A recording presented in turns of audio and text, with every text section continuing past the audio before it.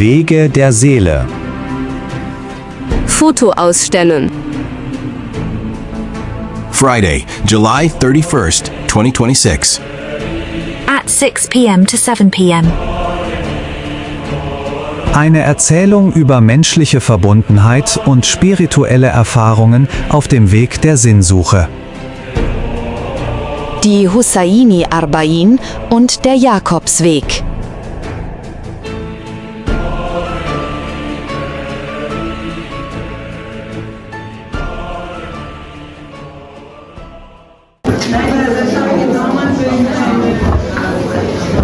Ja, ich hoffe, Sie haben die Pause genießen können und hatten Zeit, sich die Fotoausstellung anzusehen. Wir kommen nun zum zweiten Teil des heutigen Abends. Und ich werde nun meine Einleitung auf Englisch machen.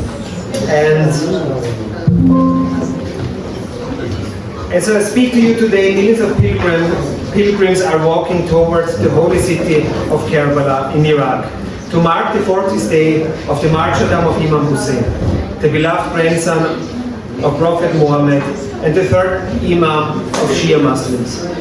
And as I mentioned, that this pilgrimage is taking part in Iraq. It's a great honor today to welcome here today in the Islamic Culture Center the Ambassador of Iraq to Austria, His Excellency Al-Alawi. Welcome.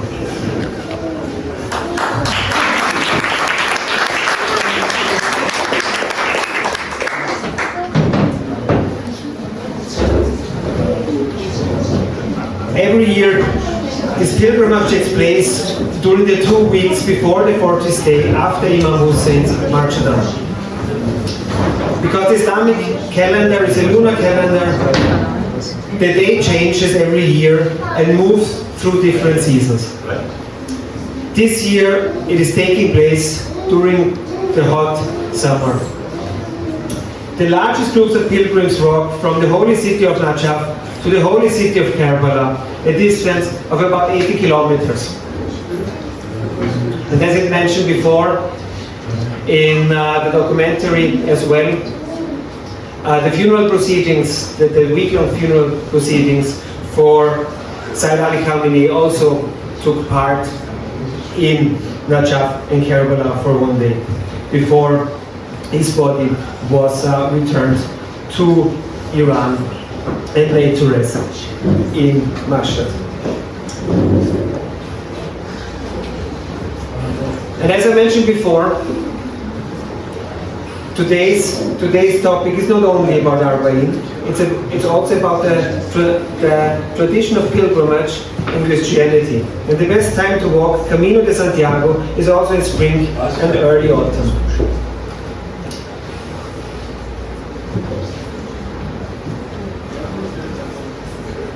And to quote, the Camino is traversing the outer roads to reach the depths within. A journey where step by step you shed your excess burdens only to discover that the path itself is the ultimate destination.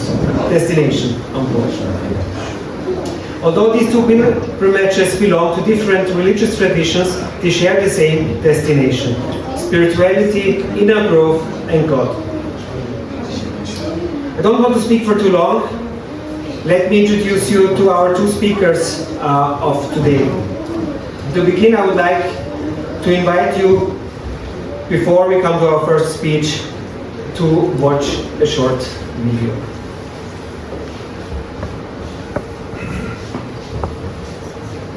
Hello everybody, this is Doug and I am here on the outskirts of Najaf, Iraq. I'm actually walking along on the way to Karbala, Iraq, so it's about 70 or 80 kilometers north of here. I'm walking with my buddy Hussein, hello, who you guys know from our previous videos together in Karbala and also the most recent video from Najaf that we just finished up. We are just now starting our walk from Najaf behind us to Karbala. far ahead of us. This is the largest gathering of human beings annually in the entire world. Sometimes upwards of 20 million people gather from Iraq, Iran, and all around the world. Millions and millions of mostly Shia Muslims come here to complete this walk to Karbala. So Hussein, if you could give us a really simple version of what is this and why does it happen? The Arba'in, it literally means the 40th. So people walk to Karbala to commemorate the death of Imam Hussein. So it's more like a tradition in Iraq where somebody dies, they make a funeral after 3 days and kind of another one after the 40th day. So they have the 3 days of mourning when someone dies and then again on the 40th day. On the 40th day, okay. So we Iraqis do the same thing every year when the Shia Muslims, when they all go walk to Karbala for as a memory for the Imam Hussein. So there are going to be a ton of people in Karbala. Like I said, it's one of the largest gatherings of human beings. Actually, it's the #1 largest gathering of human beings in the world, anywhere. It's my first time experiencing this, and I think it's going to be an incredible experience. We're taking you along for the ride, so here we go. Assalamu alaikum. Shalom. Habibi. Zain? Min when? من الناصرية. Huh? ناصرية. Nasriya. Oh, by the marshes. Abu Haider. أبو حيدر. You know Abu Haider? إيه. Yeah. تابع. Good guy. Hi. Huh? What does that mean? Post it, yeah, on YouTube. Maybe in a week or two. Shake means you're done. Shukran. Alright guys, so I'm walking along with Hussein, who you know, and my friend Muammal. Hi. He's from Najaf? Yes. So you were just telling me, what are all these people doing that are coming to the side? Okay, people who live in this area, as how we can record, all this area as a home and houses. In the afternoon and when the sun get down, the homeskeeper, the families, the families just start to come to the street and offering people to stay in their houses to sleep and wash and have the dinner. That's amazing. Yeah, so for 20 days. For 20 days. So every day you have a different visitor. And they'll just let anyone. Yes, anyone is welcome. So these are people that have their homes kind of along the main road to Karbala. All people do that. And so anyone that's living along here is going to come out and offer their home. Yeah, especially like my home. It's on the road. We just offering. You do it too? People. Yeah, we do it too. We offering Amazing. people to stay at our home. The generosity is unbelievable. I couldn't imagine something like that happening in America. So this whole thing is just all about generosity and giving. You'll see kids on the street with big platters of food and sweets and water, juice, coffee. Everything that you can imagine is here, and it's all given out of the kindness of people's hearts. It's all for free, asking nothing in return. So guys, it's about 6 p.m. right now. A lot of people are just getting started right now because it is so hot here still at this time in September in this part of Iraq, in all of Iraq really. During the day it was about 110 degrees Fahrenheit or like mid 40s Celsius. Not very conducive to walking, especially when a lot of people wear all black, you know, as a sign of mourning. So a lot of people will actually end up walking all night or in the very early morning and then stop and rest along the road or in people's homes if they're generous enough to offer them. But it'll be at night around this time that a lot of people get moving, which is what we're doing as well. Assalamu alaikum. Nice to meet you. So these guys are just giving out this rice and beans totally for free to anyone that needs it and is walking by. Hey, you got some. Shukran. Thank you. It's kind of overwhelming, the amount of generosity and just the amount of food and drinks and everything that I said. So right here in front of me, you've got like tubs full of water. You've got them preparing a ton of chicken shawarma over here, and it's whole families of people contributing. So you got kids, families, old people, young people, everyone pitching in. Oh my goodness, just when you thought it couldn't get any hotter here, you stand next to 5 spits of chicken shawarma. Where in America? New York. New York. So many friendly people here. Oh, little power outage, but it'll be back soon. Right when I stopped the clip, it just came back on. So there we go. Welcome. Okay, you're the cameraman now. Yeah, you're on. Abdullah, هذا حج Abdullah, ابن حج والناس. عليك يا خايف. Nice to meet you. Habibi. There's a people share this festival from 25 different countries. Really? Yeah. Wow. It's a huge responsibility. All the people in Najaf, they take on like, this. Like you cannot. duty. Like for me, I cannot see people having no place to sleep and just leave them go. Really? You know. Yeah. So everybody have the same feeling, have the same responsibility. Look at us. We're getting a nice spray down here. Yeah. There's people doing everything. There's little girls giving you just perfume off these little spray bottles. There's guys spraying water to keep you cool. It's just overwhelming. It's amazing. And the selflessness of people of Iraq to host all of these people and ask nothing in return. Right. It's amazing. Thank you very much. And after this short video that should give you an insight into what's happening actually in Iraq at the moment, I want to welcome on stage our first speaker, Dr. Reza Quran.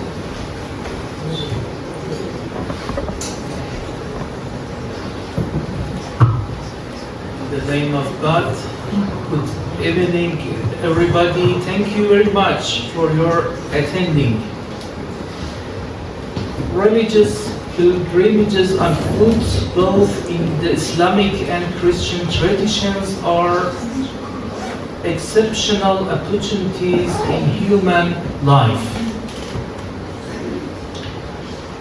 They give us a chance to return to ourselves and to begin thinking deeply about our lives. As we walk, we may ask ourselves, where have I come from? Why am I in this world? And where will I go after death? These are some of the most important questions that arise when we begin to think deeply about ourselves and our lives. But self-reflection does not end with these questions. In the next step, we try to look back at our lives. We think about our choices, our actions, our successes, and our mistakes. We may also make important decisions about our future.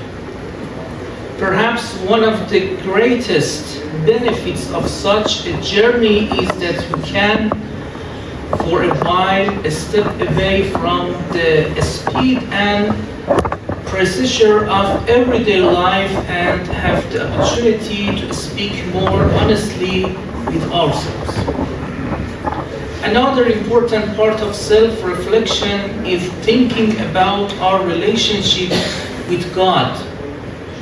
The God who, in religious traditions, is seen as the source of all goodness and perfection. Human beings cannot reach their full potential without looking beyond themselves and moving toward perfection. To come closer to God, we need both God's grace and our own effort. We must take a step ourselves, but in the religious view, our efforts are always accompanied by hope in God's grace. The more sincere, deep, and moral our efforts are, the more prepared we become to receive the grace. But what does successful effort mean? Successful effort does not simply mean becoming more powerful, richer, or more successful in the material sense. Successful effort is an effort that makes us more moral. It makes us kinder, more humble, more patient, more caring, and more responsible. Living an ethical life is the gateway to the path toward God. Those who walk on this path should try to have a purer heart and show more love, justice, forgiveness, and care for others in their daily lives. From this point of view, religious pilgrimages on foot are not only physical movement along a geographical path, they are also a kind of practice for living an ethical life. They are a practice of kindness, forgiveness, sacrifice, patience, and caring for others. In the great Arba'in pilgrimage, we can clearly see many examples of ethical life. Welcoming pilgrims, serving others without expecting anything in return, generosity, empathy, and helping people whom we may not even know. Along this path, many people, even with limited resources, serve others with love and sincerity. For us, as Shia Muslims, it is a great source of pride that every year nearly 20 million people take part in the approximately 18-kilometer Arba'in pilgrimage. I hope that these spiritual pilgrimages will become even larger every year. These pilgrimages give us hope for the growth and spread of spirituality in the world. Allow me to say here in parentheses that I would like to sincerely thank the dear people and the government of Iraq for supporting and developing this great Islamic Shia tradition and for their unparalleled hospitality, which is a beautiful outcome of this tradition. I am sure that our Christian brothers and sisters also experience similar examples of human solidarity, spirituality, patience, friendship, and ethical living on Christian pilgrimage routes, including the Camino de Santiago or the Way of Saint James. Here are religious and historical differences are not obstacle to dialogue. On the contrary, they can help us understand one another more deeply. We come from different traditions, but we share many important human questions. Questions about the meaning of life, the relationship between human beings and God, moral responsibility, suffering, death, hope, and the future of humanity. Religious pilgrimages on foot take us for a time away from a life that is only material and from the fast pace of everyday life. In a modern world that can sometimes become too materialistic, too fast, and too focused on consumption, they bring us into a spiritual space and offer us a different way to see life. This change of place and change of perspective can itself be a great event in a person's life. Human beings need not only to care for their material needs, but also to keep their spirit alive and strong. Religion, spirituality, reflection, and human relationship can all play an important role in this. For this reason, I am very happy that this exhibition brings together images of two great traditions of religious pilgrimage: the great Arba'in pilgrimage of Imam Hussein and the Christian pilgrimage along the Way of Saint James. The exhibition reminds us that sometimes a photograph can build a bridge between two religious and cultural traditions. These two journeys are different in their history, geography, and religious traditions, but in both of them, Human beings are searching for meaning, truth, God, and their own true selves. The meaning of these two pilgrimages creates new opportunities for dialogue between Islam and Christianity. This dialogue should not be based on removing our differences. It should be based on mutual understanding, respect, shared human experiences, and cooperation to build a more ethical and spiritual world. Today, in a world where people are closer to one another than ever before, but sometimes feel spirituality and humanity more distant from one another, we need such dialogues more than ever. Perhaps we can say that both of these paths, despite all their differences, remind us that life is not only about reaching a destination. The journey itself is also part of the meaning. And perhaps the most important question is this: when we return from this journey, are we the same people we were before? Or have we become kinder, more ethical, more spiritual, and more responsible? If a religious pilgrimage can bring about such a change in human being, then it is not only a journey through geography.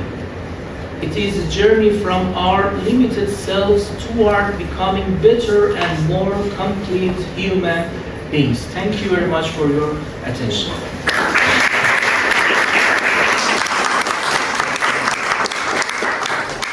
Thank you very much for this presentation, Mr. Gulami, and come to a second short video. They seek those connections on a route marked with a scallop motif.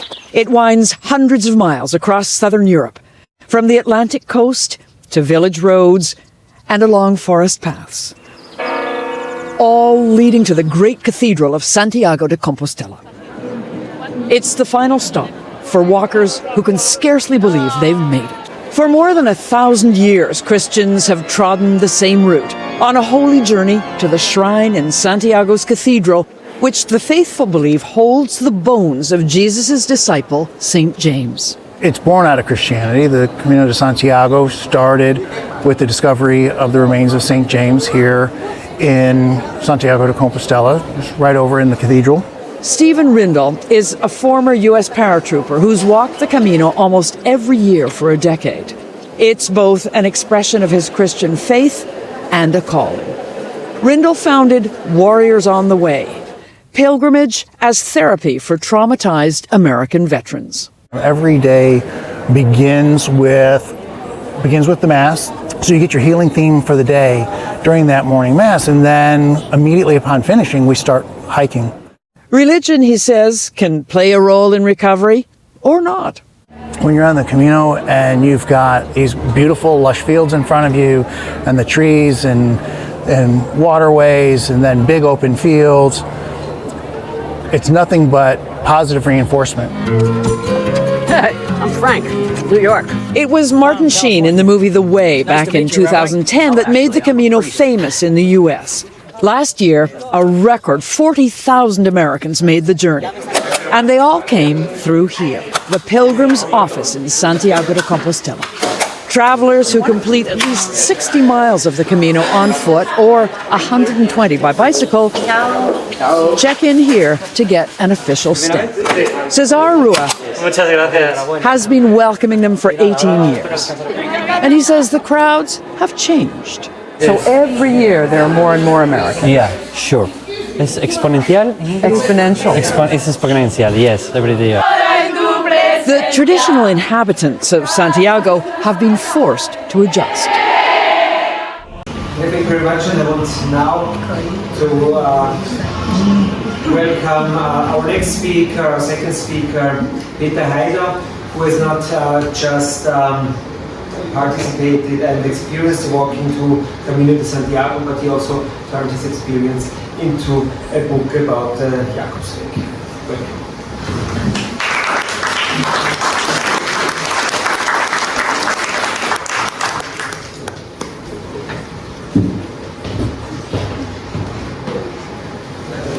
Danke herzlichst für die Einladung, dass ich das über die Jakobsweg referieren darf.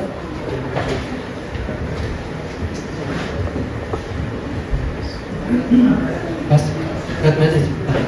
Ich danke für die Einladung, ich danke, dass ich dir hier etwas über den Jakobsweg referieren darf. Mein Name ist Peter Heider, ich mir auch den Namen der grüne Pilger als Mache gemacht, weil ich habe ein Buch über meinen Jakobsweg geschrieben. Bin seit 2013 auf diversen Jakobswegen und Pilgerwegen unterwegs, bin auch Pilgerführer und Wanderführer und habe eben auch etwas Buch geschrieben und veranstalte auch selber Pilgerreisen. Ja, wo fange ich an? Also vielleicht einmal grundsätzlich über den Jakobsweg. Der Jakobsweg in dem Sinn ist ja eigentlich älter als das Christentum, weil schon zur Zeit der Heiden, im vorchristlichen Zeitalter, pilgerten die Heiden eben nach Finisterre, also ans Ende der Welt. Die Milchstraße war ihr Leitweg und heute ist ja dieser Jakobsweg, also Santiago de Compostela heißt der heilige Jakob und Compostela ist der Name für den Sternenweg bzw. das Sternenfeld. Und diese Leute sind eben damals schon den Sternen gefolgt bis ans Ende der Welt. Der Jakobsweg heute ist nicht nur ein religiöser Weg, sondern auch ein Weg der Sinnsuche, ein Zurückkommen auf den Ursprung, auf Lebenssuche, nach Lebenssinn, ein Selbstfindungsweg hauptsächlich. Ja. Es gibt ja nicht nur den Jakobsweg als christlichen Pilgerweg, die drei großen Pilgerwege sind ja nach Jerusalem hauptsächlich und natürlich auch nach Rom. Nach Santiago ist erst später, erst im 9. Jahrhundert, wurde das angebliche Grab des heiligen Jakobus, eines der 12 Apostel, gefunden. Ja, leider ist auch dieser Jakobsweg, diese Dinge aus weltlicher Macht und zur Kriegsführung missbraucht worden, sagen wir mal so. Ja. Damals hatten ja die Mauren die iberische Halbinsel besetzt und man wollte wieder den Islam vertreiben und die iberische Halbinsel wieder zurückerobern und hat man diesen heiligen Apostel als, er wird auch als Maurentöter dargestellt. Gott sei Dank ist dieses Zeitalter vorbei. Heute ist das einfach einer der friedlichsten Wege der Welt. Es kommen wirklich Leute aus der ganzen Welt, natürlich aus dem arabischen Raum sehr wenige, aber doch auch kommt es auch vor. Aber sonst trifft sich hier die ganze Welt und das ist das Geheimnis des Jakobsweges. Man trifft wirklich alle Religionen und alle Nationen auf diesem Weg. Und dieser Weg lehrt einen ganz viel über Toleranz, über andere Lebensweisen und so gesehen ist dieser Weg auch ein Weg des Friedens. Mein Weg hat mich dahin geführt, auf den Jakobsweg. Auch ich war in einer Krise, in einer Lebenskrise und habe nach neuen Herausforderungen gesucht, nach einem neuen Sinn in meinem Leben. Und ich bin einfach drauf losmarschiert, ohne mich irgendwie zu informieren oder so. Wohl habe ich einen Vortrag gesehen von Johannes Aschauer, der eigentlich hier referieren sollte über den Jakobsweg, den ich eingesprungen bin, über den Jerusalemweg. Aber ich habe diesen Vortrag im Stephansdom damals gesehen und habe mich einfach aufgemacht, habe meinen Rucksack gepackt und bin nach Saint-Jean gefahren. Saint-Jean ist heute ein klassischer Startpunkt, also noch auf der französischen Seite, aber ja, es gibt nicht den einen Jakobsweg, es gibt viele Jakobswege und jeder Weg, den du von zu Hause startest, ist Jakobsweg, solange du nach Santiago gehst. Es ist dann dein Jakobsweg. Ja? Es ist hier auf dem Jakobsweg nicht so, dass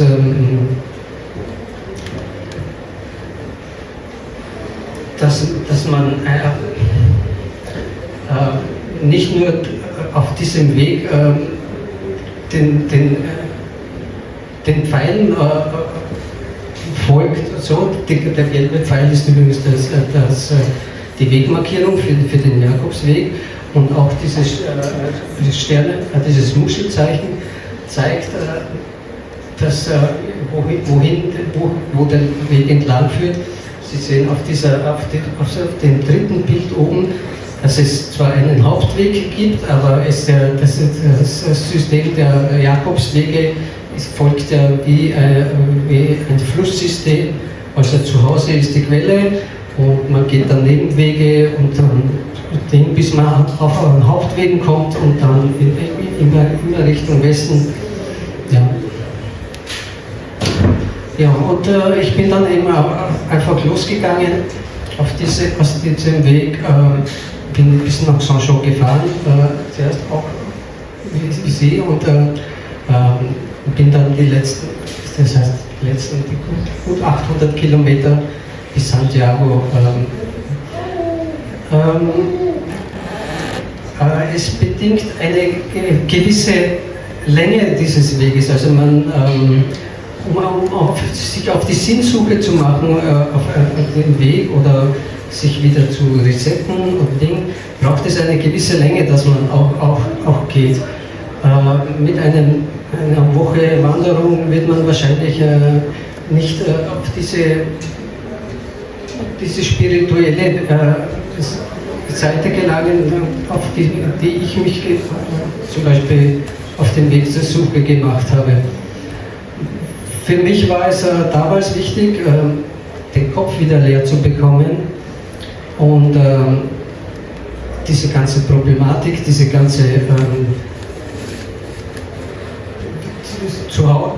Problematik zu Hause und wie wir es heute leider in der Gesellschaft haben, jeder hat hunderte Termine und Hetze und Arbeit und kaum mehr Zeit, um wirklich einmal wieder über das Leben nachzudenken oder über sich wieder eine längere Auszeit zu gönnen oder eine Ruhe zu finden. Ja, und das habe ich zwei Erwartungen gehabt. Also wie gesagt, ich war in einer Krisensituation, nennen Sie es Burnout oder nennen Sie es Lebenskrise, egal. Auf jeden Fall, ich wollte weg von den ganzen, ich wollte mich wieder einfach selbst finden. Wo sind meine Wurzeln, wo will ich hin? Und ich muss gestehen, ich habe zum Beispiel 2 Jahre vor meinem Jakobsweg bin ich aus der Kirche ausgetreten, aber nicht, weil ich nicht gottgläubig bin, sondern weil mir die Institution Kirche zu weltlich war, sagen wir es mal so. Und, aber ich habe auf dem Weg dann auch wieder, weil ich diese Zeit gehabt habe, mich wieder selbst zu finden und so, habe ich dann wieder begonnen, auf meine christlichen Werte wieder zurückzuschauen und wo will ich hin? Ja, es hat 10 Tage gebraucht, bis ich all diese Sorgen und diese Mentalität, die wir heute im Alltag haben, wieder ablege und wirklich mich den Kopf leer bekommen habe. Und dann auf einmal kommen dann wieder, ertappt man sich, dass man wie in Trance geht, ohne etwas zu denken. Ich bin einen Tag gegangen, ohne irgendwas zu denken, also wirklich den Kopf leer bekommen. Und dann gibt es eine Phase, wo man dann alles aus dem Unterbewusstsein, der menschliche Körper, also das Gehirn, das speichert wirklich alles ab. Ja? Und ich habe dann wieder aus Kindheitstagen Erinnerungen wieder hervorgeholt. Und das war eine Sinnsuche in dem Sinn auch. Ja, und das ist das Geheimnis des Jakobsweges, wenn man sich auch darauf einlässt und wieder loslässt. Ja. Natürlich ist es auch so, dass man auf diesem Jakobsweg sehr, sehr viele Pilger, also andere kennenlernt, dann geht man mal ein Stück mit den anderen mit und so. Und dann braucht es auch wieder seine Zeit, wo man total alleine geht. Und das ist eine tolle Erfahrung gewesen auf jeden Fall. Und wenn man dann so eine tolle Erfahrung gemacht hat, dann wird man auch direkt danach süchtig zu pilgern. Und das hat auch unter anderem dazu geführt, dass ich mehrere Wege schon gegangen bin. Und dieses Pilgern hat ja auch einen Boom ausgelöst. Also im Mittelalter sind ja da Millionen Pilger schon damals gegangen. Dann ist dieser Weg total in Vergessenheit geraten und erst in den 1980er Jahren begannen erst wieder Leute auf dem Jakobsweg unterwegs zu sein. Inzwischen sind es 500.000 Leute, die jedes Jahr auf dem Jakobsweg unterwegs sind. Und solche Filme, wie Sie gerade gesehen haben, mit Martin Sheen, haben dazu einen Boom ausgelöst, dass eben so viele. Das macht aber leider auch den Weg ein bisschen, ich will nicht sagen kaputt, aber halt, es sind halt leider auch sehr viele Pilger unterwegs, also die sich als Pilger bezeichnen, aber eher touristisch den Weg gehen. Leider ist dieser Weg, den die Leute aus religiösen Gründen gehen, werden immer mehr. Dafür entstehen andere Pilgerwege, zum Beispiel eben von Johannes Aschauer, der diesen Jerusalem-Weg initiiert hat, den inzwischen längsten Pilgerweg der Welt. Das Ende des Jakobsweges in Finisterre ist der Beginn des Jerusalemweges, wie gesagt, des längsten Pilgerweges der Welt. Er ist über 7500 Kilometer lang und der erfreut sich auch schon immer mehr Beliebtheit. Und da sind natürlich wirklich Leute unterwegs, die aus Glaubensgründen gehen.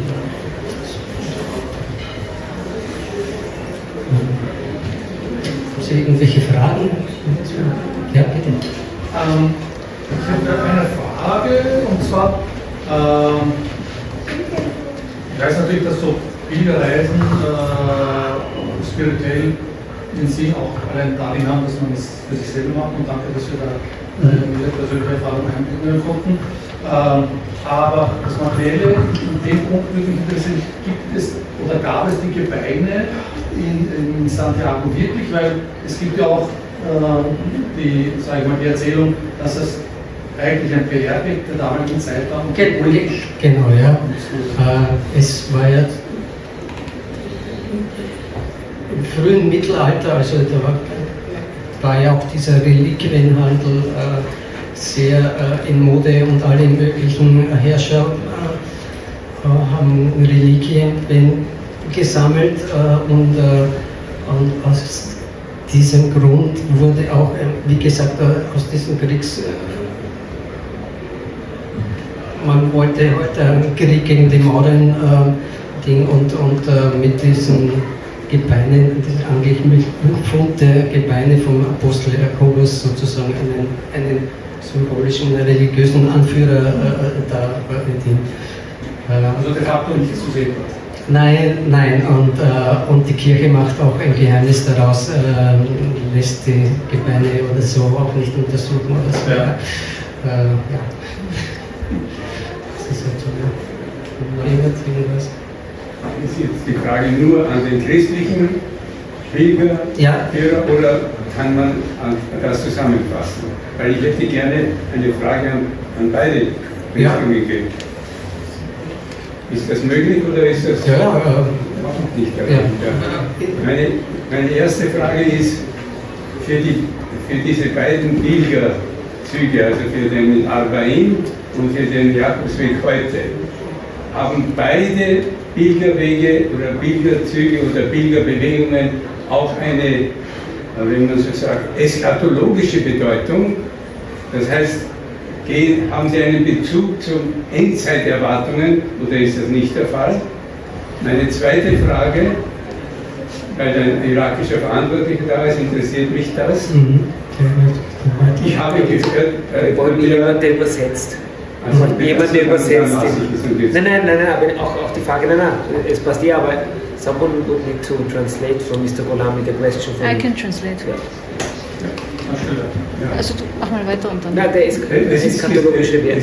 Es ist gesagt worden, dass die Mehrheit derer, die an den Pilgerwegen oder an der Pilgerschaft in Arba'in teilnehmen, dass das die Schiiten sind, dass aber auch viele andere religiöse Gemeinschaften hier übernationale teilnehmen. Deswegen frage ich mich. Am Jakobsweg ist es so, ja. Es sind nicht nur Katholiken oder so, sondern es sind auch Evangelische unterwegs, auch Atheisten oder so, Jakobsweg, ja. Also da ist aber eine Endzeitbedeutung hat er nicht. Ich frage das deswegen, weil ich gerade gehört habe, aber ich möchte nicht die Hörerschaft da mit meinen Fragen belästigen. Ich gehört habe, dass die Zahl der Amerikaner immer mehr wird. Ja, bei diesem Pilgerweg, habe ich das richtig verstanden? Ja. Dann ist ja meine Frage, dass wir heute einen amerikanischen Präsidenten haben, der sich auch christlich definiert und der sogar umgeben ist von bestimmten eschatologischen Richtungen, ist auch bekannt, jüdischer und christlicher Art. Ja. Aber sind diese Amerikaner, aber auch Amerikaner sind nicht gleich Amerikaner. Ja? Also ich habe auch auf dem Weg zum Beispiel eine Pastorin kennengelernt, gleich zu Anfang meines Weges. Die war früher katholisch und ist dann evangelische Pastorin geworden, also Ding. Und die hat überhaupt nichts mit dem Hut mit einem Herrn Trump, ja. Also da gibt es ja auch verschiedenste Glaubensrichtungen in Amerika und die gehen den Weg nicht wegen eines Herrn Trump oder aus politischen Gründen, sondern die gehen sehr wohl den Weg aus Glaubensgründen. Kannst du I can translate the question. But the second question is for the ambassador. Maybe you come out.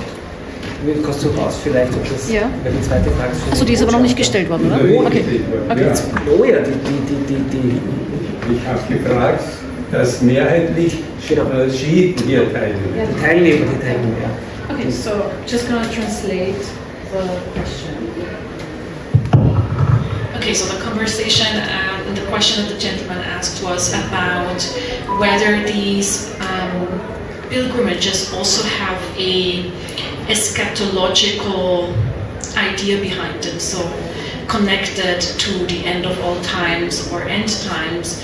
And so we had a short discussion about how this relates to the Jakobsweg, but would also be very interested in whether that also concerns the Husaini-Arba'in pilgrimage, so whether it's connected to these eschatological ideas about the end of all times. And also specifically, the gentleman who asked the question also referred to the fact that there's more and more Americans that go on the Jakobsweg, and that there is no secret about the fact that the current political leadership and Trump, there's certain religious circles that are very close to Trump. And so there was a question about whether that also influences who gets to go to what kind of pilgrimage. And then the second question was, did I miss something? Oh yes, and the second question was about the diversity of the participants for the Husaini-Arba'in pilgrimage. So is it just that the majority are Shia Muslims, or other religions and beliefs and people who come and want to see this journey and experience it for themselves? But it was directed to the directed to you, Your Excellency. So I'm going to give you the mic. Talk about this. Bismillah ar-Rahman ar-Rahim. Let me begin by thanking the organizers of this event, which is very relevant and very timely as well. As somebody who has participated in the pilgrimage for many times and experienced that in various ways, I would like to share the following important information with you. And certainly the numbers have been growing year after year, and this is the largest gathering of human beings anywhere around the world, and the figures in the past few years clearly show the total number of individuals who have participated over 2 to 3 weeks has been in excess of 20 million. They come from all the provinces of Iraq, as well as neighboring countries, and increasingly Europe, America, Asia, Africa, and so on. Nowadays, there is rarely a country that has no citizens that are participating in various ways. The other important point is it's not unique to Shia Islam. We have Muslims from different schools of thought, Sunni Shias. We have Christians coming, including some Iraqi Christians from the Nineveh province, from Baghdad and other provinces. And we have also Christians from around the world, including some prominent figures. The Holy Shrine of Imam Hussein has been reaching out in the past decade and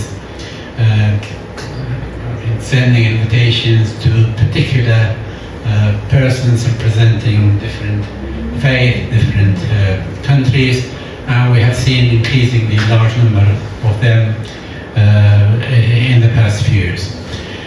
I have engaged with quite a few individuals who have participated in it, who are not Muslims, who are not Shia Muslims, and the overwhelming majority have reported very positive feedbacks. Let me give you two specific examples that were very influential, very inspiring. A young lady who is a journalist, photojournalist from UK. She went first nearly 6 years ago, and upon the invitation of a friend who invited her, Iraqi friend who invited her to do this as a photojournalist, and she was so much influenced that she did very well in documenting her first participation. She has been very keen to continue with that on an annual basis. Even during the pandemic, when I was serving as the ambassador to the Netherlands, she approached me to help her to secure her entry visa because there were some restrictions and so on. So that's one example. The second example, I met an Irish lady who was not feeling well at the time because of cancer, and she was going through chemotherapy and the complications of that. And an Iraqi guy suggested to her to go and do the pilgrimage and pray to Allah subhanahu wa ta'ala in Karbala. And she was so much affected by the experience. She is much better now, and she's been since then keen to do that on an annual basis. The other point that is worth highlighting, in the past decade we have seen not just men and women, but we have also seen large number of relatively young people, adolescents, young adults from different parts of the world. The video you have showed is a good example, who have become more curious to know more about this, to participate and to reflect back on that. So this is also very important as a positive, certainly a positive feature of this. One final remark. The whole issue, as far as we understand, is to do with spreading the message of Imam Hussein. What are the key messages? The first message is the responsibility. We are all responsible to ensure we achieve reform in different ways. Political reform, social reform, economic reform, and so on. It's a human responsibility regardless of your status, position, and so on. The second is you have to spread the messages of being generous, being kind to others, respecting others, and to look at them as human beings and preserve their dignity. This is another important message. And third is to stand against oppression. That was clearly manifested in the speeches given by Imam Hussein on the way to Karbala and during the day of Ashura. And as you could see, those key messages are relevant to every human being, regardless of whether they are in Iraq or in other countries, whether they are Muslims or non-Muslims, whether they are religious or not. At the end of the day, we are all human beings. We try to become better human beings, to grow, to engage with others, to respect their dignities, and to make positive contributions to our communities and societies. And this is a key message of the Arba'in pilgrimage. Thank you very much. Thank you very much, Mr. Ambassador. As he said, we are cultural activists, no politician, and these two events are completely moral and cultural. Two religions have two similar events: walking distance God, in the way of God. Of course, we have different interpretation about God and about our distance, but we walking in the way of God.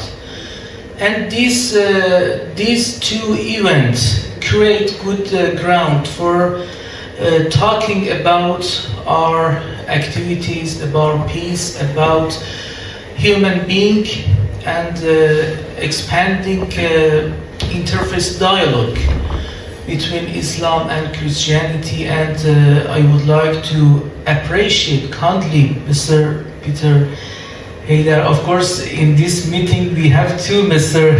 Peter Haydar and Mr. Peter Haydar because of his speech. Of course, all of you are free to talk about your opinion, your views about two events, but our aim is create good ground for dialogue between Islam and Christianity. Thank you, Mr. Peter. You can continue.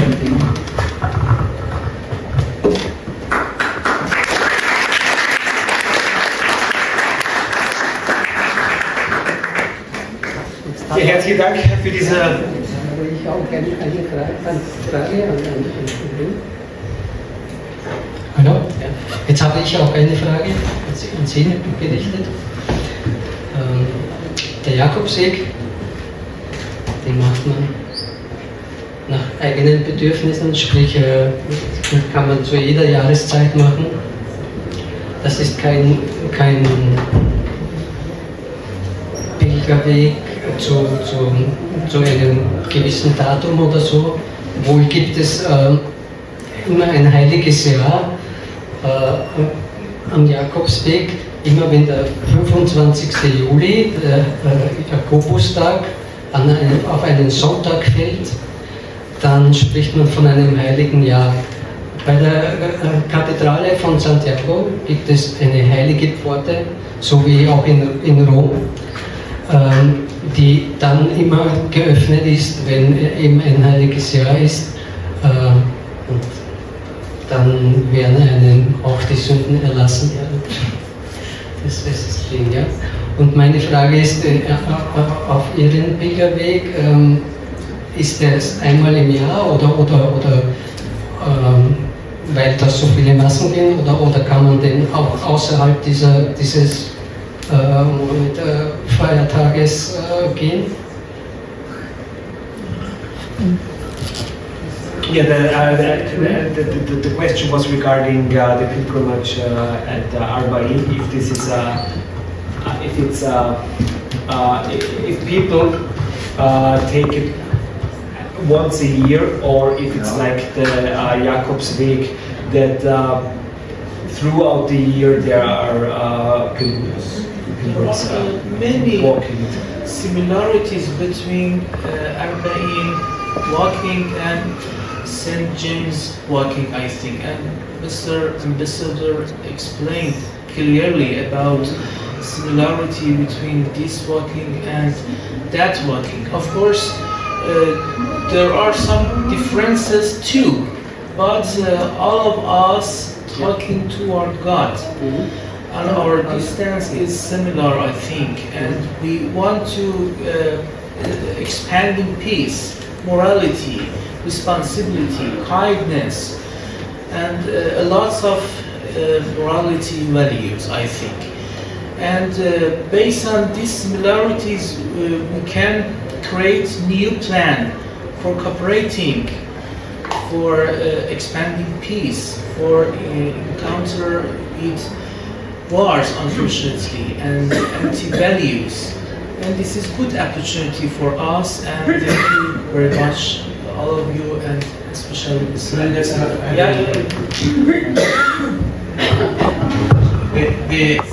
The Arba'in is a specific pilgrimage. It has a specific day, and it usually starts before the Arba'in, because people walk from different parts of Iraq and come from different parts of the world. Sometimes it takes 2 weeks or longer for them to reach Karbala. So it's a specific event on a specific day, and usually occurs on an annual basis. But the visit of Imam Hussein and going there, it's a daily, it's a weekly, it's a regular practice. So among the Iraqis as well as non-Iraqis, quite often the average person will go there several times each year if he can afford it. So there is a difference between the Arba'in pilgrimage, which is on a specific date and happens in the way you have seen, and going there to visit on other occasions. And there are so many occasions that we usually do the visit. For example, on a weekly basis, it's advisable and to go there during the nights of Thursday, Friday evening. We go there during the Eids, the two key Eids, Eid al-Fitr, Eid al-Adha, after the fasting month and during the Hajj. We go there on the birthday of Imam Hussein. We go there also during the nights of Qadr, during the holy month of Ramadan. And we go there of obviously on the day he was martyred, the day of Ashura, and so on. So there are so many occasions where people in various ways connect with Imam Hussein, and they do that for various reasons, to express their love, to learn from his rich life, and also to pray to Allah subhanahu wa ta'ala. People have experienced that. They do believe that if there is a place whereby you become closer to Allah, you're more likely to have your prayers answered, then it's Karbala is certainly one of those places. Thank you very much, and thank you for this lively discussion and conversation. We have time to continue this conversation, but more in a more relaxed and informal atmosphere, because as I said, the third part of this evening, I want to invite you now to enjoy the buffet in the next room together. And thank you for coming.